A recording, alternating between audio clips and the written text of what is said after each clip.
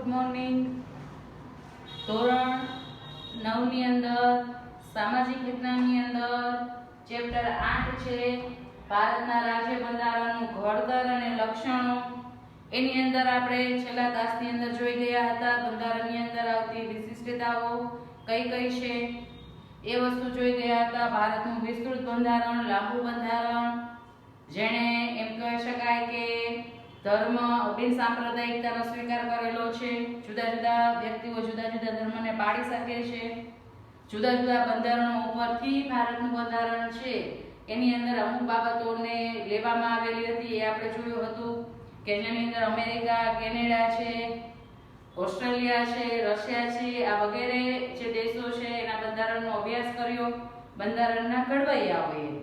અને એની અંદરથી જે શ્રેષ્ઠતમ મુદ્દાઓ છે એ મુદ્દાઓ જે લાગ્યા એ મુદ્દાઓ છે આપણે આપણા બંધારણની અંદર એને ઉમેર્યા. અહીંયા સુધીનો આપણે અભ્યાસ કરી ચૂક્યા છીએ. બંધારણ ઘડતરની પ્રક્રિયા પણ પૂર્ણ થઈ ગઈ છે. હવે આપણે જઈ રહ્યા છીએ બંધારણના આમુખ તરફ. ભારતના બંધારણનું આમુખ એના તરફ જઈ રહ્યા છીએ. તો આની અંદરથી નાના નાના પ્રશ્ન છે, એક માર્ક્સના પ્રશ્ન છે એ આવતા હોય છે. ખાલી જગ્યા સ્વરૂપે હોઈ શકે, એમસીક્યુ ટાઈપના પ્રશ્ન હોઈ શકે, એક માર્ક્સની અંદર પણ આ પ્રશ્ન હોઈ શકે છે. તો ચાલો વિદ્યાર્થી મિત્રો આપણે જોઈએ કે ભારતના બંધારણનું આમુખ. સૌથી પહેલા આમુખ એટલે પ્રસ્તાવના. ભારતના બંધારણની પ્રસ્તાવના, જેને પ્રસ્તાવના કહેવામાં આવે એને જ આમુખ કહીએ આપણે. તો ભારતના બંધારણની શરૂઆત આમુખથી થાય છે.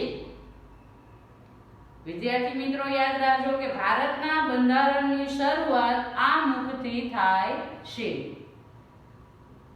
ત્યારબાદ બંધારણનો અર્થ છે આમુખ છે. બંધારણનો અર્થ છે જ્યારે કોઈ શબ્દ છે સમજાય નહીં, જ્યારે કોઈ કાયદો છે સમજાય નહીં, કાયદાની વિસંગતતાઓ છે સ્પષ્ટ ન થતી હોય ત્યારે આમુખનો સહારો છે લેવામાં આવે છે.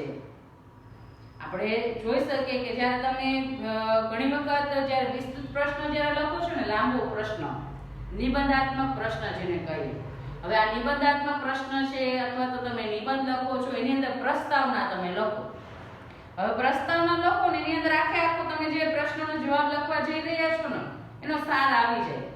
એટલે પ્રસ્તાવના ઉપર ખબર પડી જાય કે વિદ્યાર્થી છે એને કઈ રીતના કેવું લખેલું હશે, એનું શબ્દ ભંડોળ શું છે.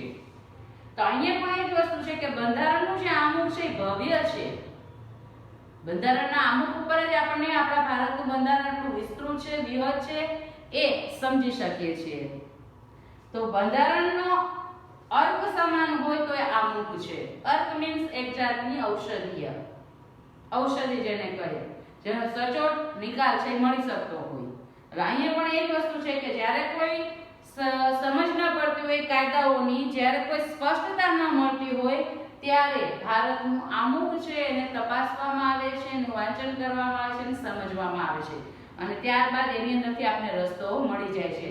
માટે બંધારણ, ભારતના બંધારણનું આમુખ છે ને અર્થ સમાન કહેવામાં આવ્યું છે.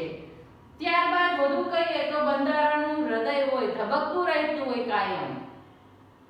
જેમ આપણા શરીરની અંદર હૃદયનું મહત્વ છે એમ બંધારણના જે બંધારણ છે આપણું એ બંધારણની અંદર આમુખનું મહત્વ રહેલું છે. એટલે બંધારણનો આ હૃદય હોય તો એ આમુખ છે.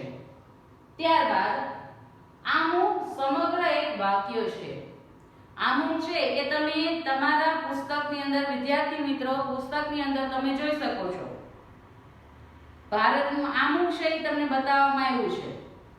એની અંદર તમે જોઈ શકો કે જ્યાં પહેલેથી શરૂ થાય છે અને અંત સુધી આવે છે ત્યારે આખી જે વાત છે, આખો જે સંદેશ છે જેને કહીએ ભારતના બંધારણનો, એ એક જ માત્ર વાક્યની અંદર સમાઈ જાય છે.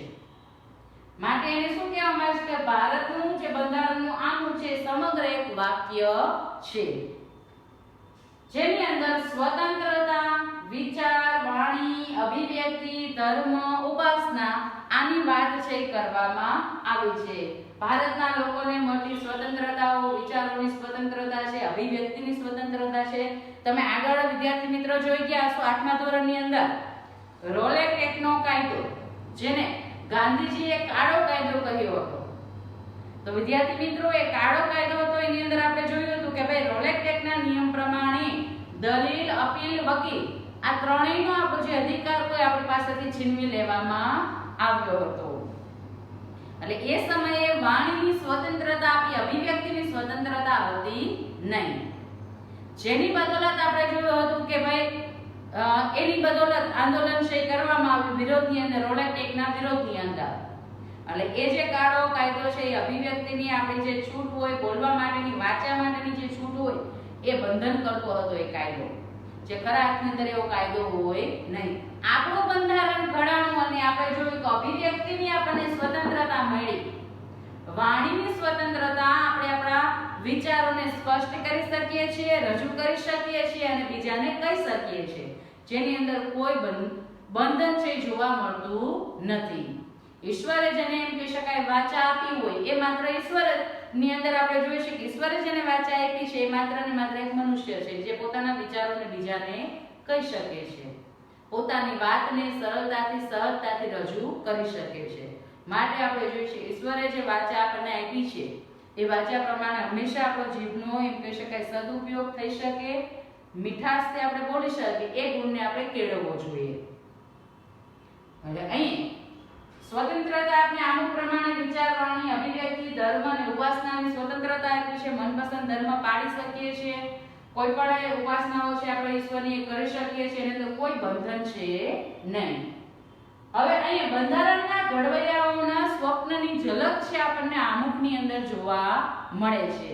વિદ્યાર્થી મિત્રો, કે બંધારણના જે ઘડવૈયાઓ છે એ કેટલું બધું લાંબા ગાળાનું વિચારી અને આ રચના છે બંધારણની કરી હશે. તો એ ઘડવૈયાઓ છે એના કેવા કેવા ભારત દેશ સ્વતંત્ર થયો એના કેવા સ્વપ્નને સેવા હશે, એને સ્વપ્ન જોયા હશે. તો આવા બંધારણના ઘડવૈયાઓના સ્પષ્ટ સ્વપ્ન છે, એ સ્વપ્નને આપણે એની ઝલક છે એ ઝલક આપણે આમુખ ઉપરથી જોઈ શકીએ છીએ. તો વિદ્યાર્થી મિત્રો, આ થયું કે આમુખ, બરાબર, ભારતના બંધારણનું આમુખ છે એ આમુખના વિશે આપણે વાત કરી. હવે આપણે વાત કરી રહ્યા છીએ ભારતના બંધારણનું આમુખ જે તમારા ટેક્સ્ટ બુકની અંદર આપેલું છે. એ ચિત્રને તમે જોજો, એની અંદર તમે જોઈ શકો એ સેમ ભારતનું સંવિધાન અહીં જોતા જઈએ તો અમે ભારતના લોકો ભારતને સાર્વભૌમ, સમાજવાદી, બિન સાંપ્રદાયિક, લોકશાહી. હવે જો અહીં તમે જોઈ શકો અલ્પ વિરામથી વાક્ય છે આગળ વધે છે, પૂર્ણ વિરામ નથી આવતો, અલ્પ વિરામ આવે છે. એટલે આપણે આની પહેલા જે વાત કરી ને કે ભારતનું બંધારણનું આમુખ છે એક વાક્યનું બનેલું છે, એટલે એ વસ્તુ છે અહીં માર્ક કરતા જજો. હવે અહીં શું કહે છે સાથે આપણે સમજતા જઈએ કે અમે ભારતના લોકો, એટલે આપણે બધા જ કહી શકીએ. એટલે બંધારણના ઘડવૈયા જ્યારે લખ્યું ત્યારે આમુખ પ્રમાણે અમે ભારતના લોકો ભારતને સાર્વભૌમ, સમાજવાદી, શ્રેષ્ઠતમ સમાજવાદી રચના છે સ્થપાય, કલ્યાણકારી સ્થપાય, બીજા ઉપર આપણે આધાર ન રાખી શકીએ, કોઈ પણ નિર્ણય લેવો હોય ત્યારે બીજાને આધીન ન રહી શકીએ, બિન સાંપ્રદાયિક, કોઈ એક સંપ્રદાયને અમે મહત્વ નથી આપતા, બધા સંપ્રદાયને સ્વીકારીએ છીએ, બધા ધર્મનો અમે સ્વીકાર કરીએ છીએ, લોકશાહી, લોકોના હાથની અંદર શાસન પદ્ધતિની દોર છે મૂકવામાં આવી, લોકોના હાથની અંદર સત્તા છે રાખવામાં આવી, પ્રજાસત્તાક, પ્રજાના હાથની અંદર સત્તાનો દોર તરીકે સંસ્થાપિત કરવાનો તથા સર્વ નાગરિકોને સામાજિક, આર્થિક અને રાજકીય વિચાર, અભિવ્યક્તિ, માન્યતા, સામાજિક દ્રષ્ટિએ, આર્થિક દ્રષ્ટિએ કે રાજકીય દ્રષ્ટિએ વિચાર કરવાની, એને રજૂ કરવા એટલે અભિવ્યક્ત કરવાની, બીજા સામે પ્રગટ કરવાની માન્યતા આપીએ. ધર્મ અને ઉપાસનાની એટલે હરેક વ્યક્તિ પોતાનો મનપસંદ ધર્મ પાળી શકે છે, ઉપાસના છે કરી શકે છે.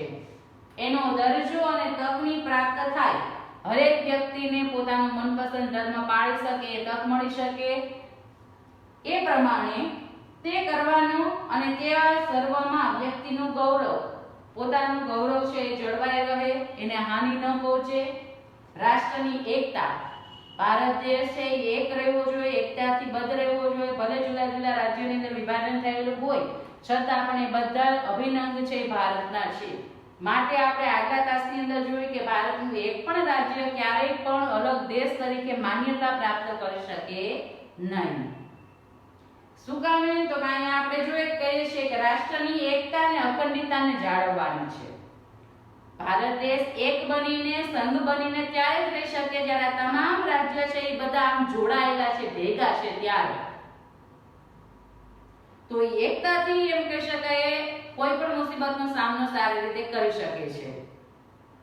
એટલે અખંડિતતા અને એકતા સુદૃઢ કરે એવી વિકસાવવાનો ગંભીરતાપૂર્વક સંકલ્પ કરીએ છીએ. અમારી સંવિધાન સભા બંધારણીય વાત કરવામાં આવે છે કે જેના ઘડવૈયાઓ હતા એ 26 નવેમ્બર, યાદ કરો વિદ્યાર્થી મિત્ર, 26 નવેમ્બર 1949 નો દિવસ શું થયું હતું? ભારતનું બંધારણ પસાર થયું. 26 નવેમ્બર 1949 ના રોજ, જેને ગુજરાતી સમય પ્રમાણે આપણે જોઈએ માગસર સુદ સાતમના વિક્રમ સંવત 2006 ના રોજ. આથી આ સંવિધાન, આ બંધારણ અપનાવીએ છીએ, તેને અધિનિયમિત કાયદા તરીકે અમને પોતાની જાતને અર્પિત કરીએ છીએ, અધિનિયમિત કરીએ છીએ, કાયદા પ્રમાણે એને માન્યતા અમે આપીએ છીએ. આ ભારતનું બંધારણ ભારતના તમામ દેશવાસીઓ માટે બંધન કરતા રહેશે, જેની અવગણના કોઈ કરી શકવાનું નથી. ભારતના બંધારણ પ્રમાણે વર્તવા માટે સરકાર પણ બંધાયેલી છે. સરકારે કેવા કાર્ય કરવાના છે, કયા સમયે કેવા નિર્ણયો લઈ શકે છે, કેવા કાયદાઓને બહાર પાડી શકાય છે, આ કાયદાઓ ભારતની પ્રજાના હિત માટેના હોવા જોઈએ. અને એ સિવાય આપણું જે ન્યાયતંત્ર છે એ ન્યાયતંત્રને સ્વતંત્ર રાખવામાં આવ્યું, જેથી કરીને ભારતના તમામ વ્યક્તિઓ જે છે એ રાજમહેલની અંદર રહેનારો કોઈ વ્યક્તિ હોય, પેલેસની અંદર રહેનારો કોઈ વ્યક્તિ હોય, અથવા તો કોઈ ઝૂંપડાની અંદર રહેનારો સામાન્ય વ્યક્તિ હોય, આ બધા જ માટે કાયદો કેવો છે? એક સમાન છે. માટે એ એક સમાન કાયદો છે કારણ કે આપણું ભારતનું ન્યાયતંત્ર છે સ્વતંત્ર છે. હરેક વ્યક્તિને ચોક્કસ ન્યાય છે પ્રાપ્ત થઈ શકે છે. સત્યના બળ ઉપર આપણે ન્યાયને મેળવી શકીએ છીએ. ન્યાયતંત્ર એટલે અહીંયા જે આપણે વાત કરવા જઈ રહ્યા છીએ એ વસ્તુ આપણે બતાવે છે કે ભારતનું બંધારણનું આમુખ જો આટલું સરસ હોય તો વિચારો કે ભારતનું બંધારણ જે 22 ભાગની અંદર વિભાજિત થયું છે એ કેટલું વિસ્તૃત હશે. એટલે ભારતના બંધારણના ઘડવૈયાઓનું માનસ છે ને અહીં આપણે સ્પષ્ટ થાય છે કે એની વિચારસરણી કેવી હશે. એ વસ્તુ આપણે આમુખ ઉપર ખબર પડી જાય કે ભારતના બંધારણનું આમુખ કેટલું વિશિષ્ટ છે, તેનું બંધારણ પણ એટલું જ ભવ્ય અને વિશિષ્ટ હશે. હવે આપણે જોઈએ છે કે ભારતના બંધારણની અંદર આમુખની અંદર જે સુધારો થયો એ સુધારો કયો છે એ વસ્તુને આપણે જોઈએ વિદ્યાર્થી મિત્રો. તો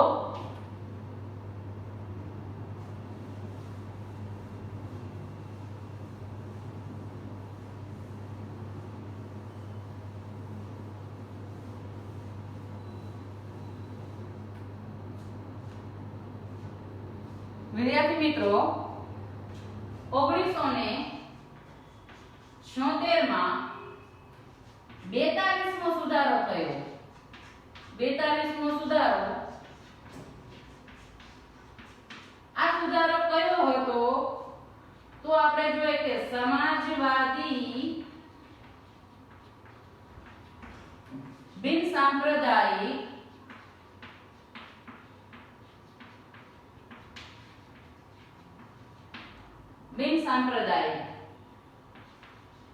રાષ્ટ્રીય એકતા અને અખંડિતતા, એકતા અને અખંડિતતા. આ વિદ્યાર્થી મિત્રો 1976 ની અંદર 42મો સુધારો જે છે એ સુધારા પ્રમાણે સમાજવાદી બિન સાંપ્રદાયિક સાંપ્રદાયિક અને રાષ્ટ્રીય એકતા અને અખંડિતતા આ શબ્દને ઉમેરવામાં આવ્યા.